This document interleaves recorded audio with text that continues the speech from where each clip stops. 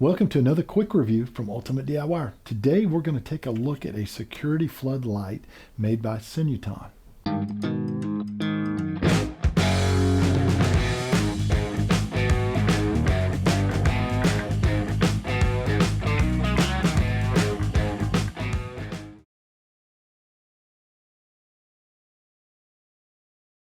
Alright guys, so what makes this light special? Well, there are several things that make this light special. First of all, it is going to be new technology. This is going to use an LED system. It does not use the old bulbs, which are super energy inefficient, and you're always having to maintain those. They blow out, they have problems. You have to go up on a ladder, open this thing up, and put a new bulb in. That is if it was old technology. But this one with LED, you don't have to deal with that. You're never replacing bulbs.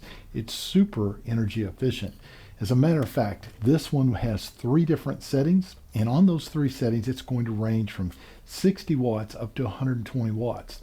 In other words, you're going to get a ton of light to light up a backyard. And by the way, this can be residential, commercial, or industrial. So wherever you're lighting up, you're going to get a ton of light with this at the most the cost of an old 120 watt bulb. So that in itself is truly amazing.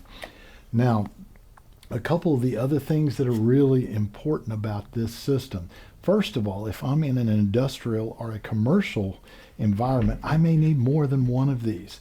They will sell you these in a 1-pack, a 2-pack, a 4-pack, so it can light up huge areas really quickly. Now, if you're in an industrial area, or even commercial, you may have conduit. So this has plugs where I can go in through the sides if I need to. Or what we're going to do today is we have a plug where we remove in the back, and we are going to attach this directly to a wall box on our testing wall. So there's multiple ways to connect this depending on your environment. Now, I have done other reviews for this company, and I will tell you they make an exceptional product, and this is no exception. This is an all aluminum cast body, which makes it light but yet durable, and it has the polycarbonate top on the front, so this is going to last a very, very long time. Now, on top of all of that, it is also going to be IP65 rated, which means that dust, dirt, grime, water is not really going to affect this. It's meant to be out in the elements. Now, I told you this has a dusk-to-dawn sensor on it. You can also still wire this into a switch if you want to control the lights with a switch as well, or you can just have it directly wired and that sensor takes over.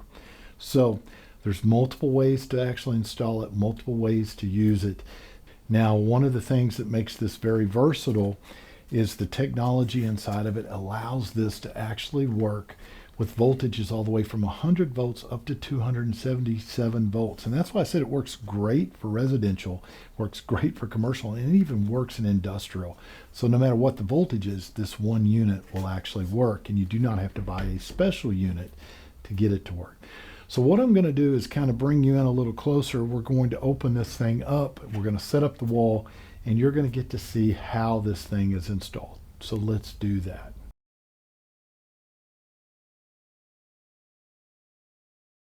All right, guys, I've got the temporary wall up. Now this wall, I've got it turned on the side right now. So I was able to turn my actual box so that my bolt places are going to line up. And I'll show you how you figure that out in this in just a second. But I just wanted you to understand what's going on. This is actually for setting a ceiling type light fixture. There's my switch. Now we are not going to use the switch because we're going to do the dusk to dawn. Now, before you do anything, you're going to want to check your wiring and make sure that your power is off. I like the no contact type sensors. I can tell that I am totally dead, even though I know I'm dead because I plugged this unit in separately.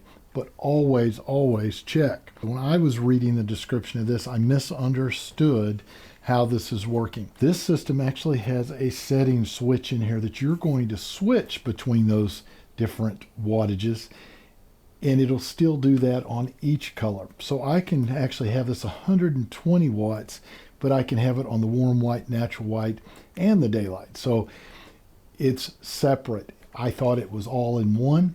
and just one little quick switch. It's actually two switches. So you're going to have a cover just like this right here. You're going to take it off with a screwdriver, a Phillips to be exact, like this one. And you're going to see you have three switches. One of them is going to be in the far right, which is the switch that I was just talking about. So I can set this where it's going to be 60 watts. It's going to be the 100 watts or the 120. And I can also, the next switch over is where I will set my temperatures, my 3000, 4000, and 5000, which are going to be obviously warm light, natural light, and daylight. And then on the far left here, and I'm going to bring this in close so that you can kind of get a quick glimpse, but the far left is going to be your on-off switch for the actual sensor itself. So if you don't want to use the sensor, you can turn it off and go straight or strictly to a switch.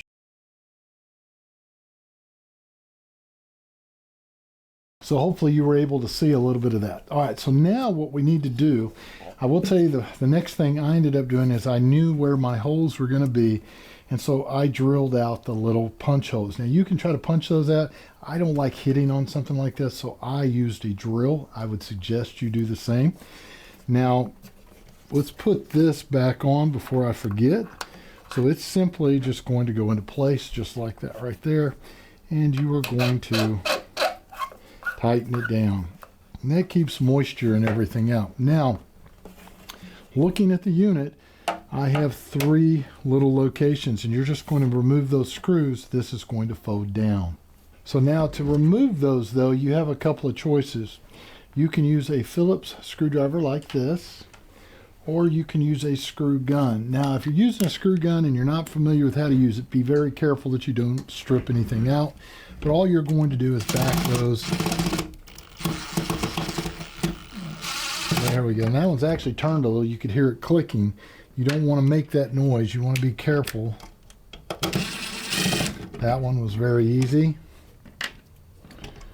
Yeah, that one was pretty easy as well. All right, so now that I have it loose at the top, all you're going to do is fold it down just like this, and this piece will just come off. You can set it aside. Just be careful that if you set it on the ground, you do not step on it. That would be a bad day for you. And you just set it right there. Now, if you look at this, it has a shield that shields all the internal components, but it also reflects that light from the LED panel. Now, your LED panel on this is right here at the top, and there are a bunch of them. Now, let's see what we got here. You're basically going to have three wires. Your green is going to be your earth ground, which will be your totally stripped out ground. And I don't have it ran through here right now because this is a temporary setup, but you would have generally an earth ground coming through here. And that's what you're going to tie that green to. The other that you're going to have is going to be white, which is your neutral. It's going to tie to white. And your black is going to be hot. You're going to tie to the hot. Now, this is very important to get those right, and do not reverse them because these are an LED system. They're very sensitive to the power reversal, and if you do that, you're liable to have an issue. So we've got that. Now, one of the other things I want to point out that is really cool here, you can see the others that you could drill out depending on your situation if you did not line up. But I like this little level they've got here. So I can put this in, attach it, get this totally level with the little level, and then I can go the rest of the way and put the cover back on, and I'm ready to rock and roll.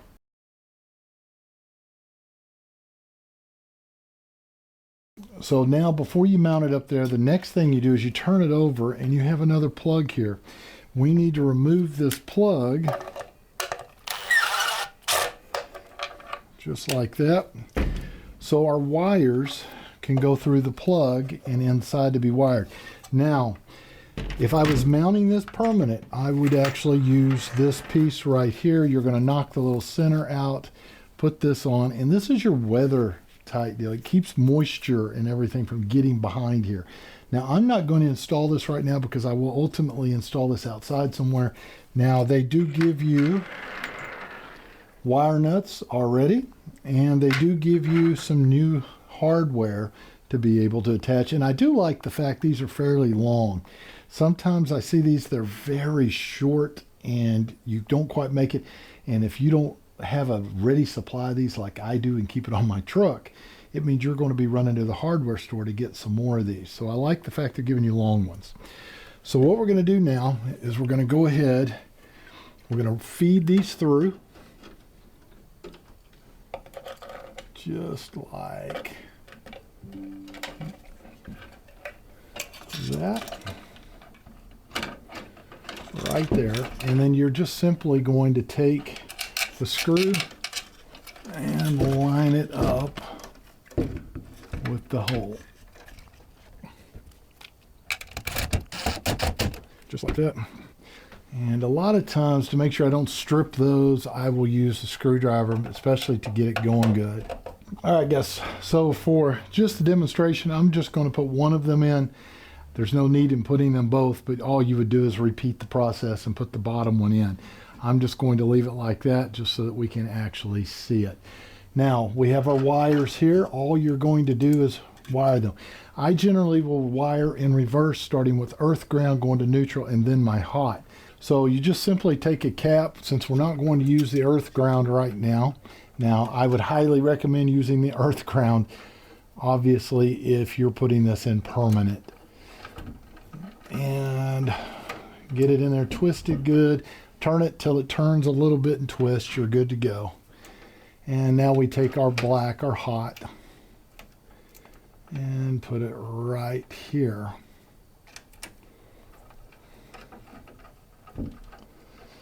So that's all we really need to do. And just in case you're wondering if you've got this facing the right direction, guys, you'll have an up here. Make sure that that up is at the top. It tells you the correct orientation. Now, I'm going to go ahead and just put a cap on this one, even though it's not a big deal, but just make sure it doesn't touch anything that it's not supposed to. Now, this simply is just going to come from behind, and it just clips in just like that. You're going to turn it up, and you put your bolts back in. Now, I did find on this that you have to kind of push it to get them to line up. You do not want this to be crooked. So we're going to do just like that. And we mount. And now we are actually ready to rock and roll.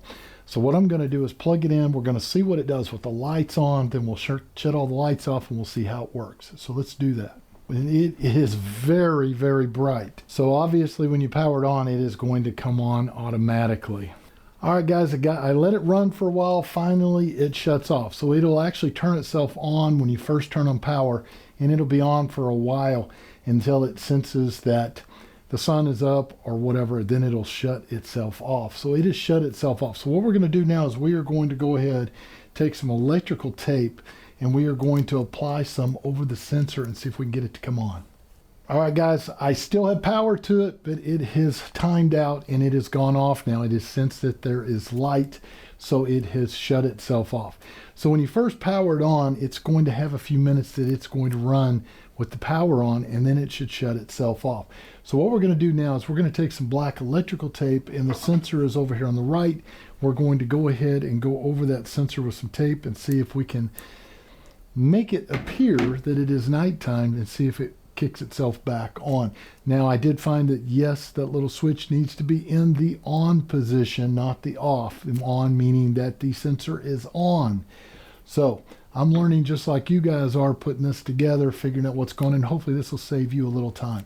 So let's cover the sensor and see if we can get this to come on. There's one, might have to do, oh, there it is. So all we needed was one little piece to get it to actually work, and bam, there it is. So perfect. So overall, guys, I think it's fantastic. Super easy to install. Now, one last thing I want to point out. Anytime I install stuff like this, even though you have this that helps control some of that moisture getting in there, water can still hit here and run down inside. So what you're going to want to do is use a bead of silicone across the top and down the sides to help lock everything in nice and tight. Now, do not silicone underneath the bottom. The reason you don't silicone in the bottom is if water does happen to get inside somehow, you want to allow a weep area for it to come out. And speaking of weep holes, there are some little plugs under here. Once you get this installed, you're supposed to pull those out, and those are also weep holes built into the system itself. So if I was going to rate this on a scale of 1 to 5, I'd give it 5 stars because I think they did a fantastic job putting it together. I think it's bulletproof. I think it is meant to last a very long time. And you saw how bright it is. You can imagine how this is going to be outside, even if you put up just one. Can you imagine if you have 12 of these things up? It is going to make a huge difference. So do yourself a favor, pick yourself up one today. I don't think you'll regret it. And we will see you guys on the next review.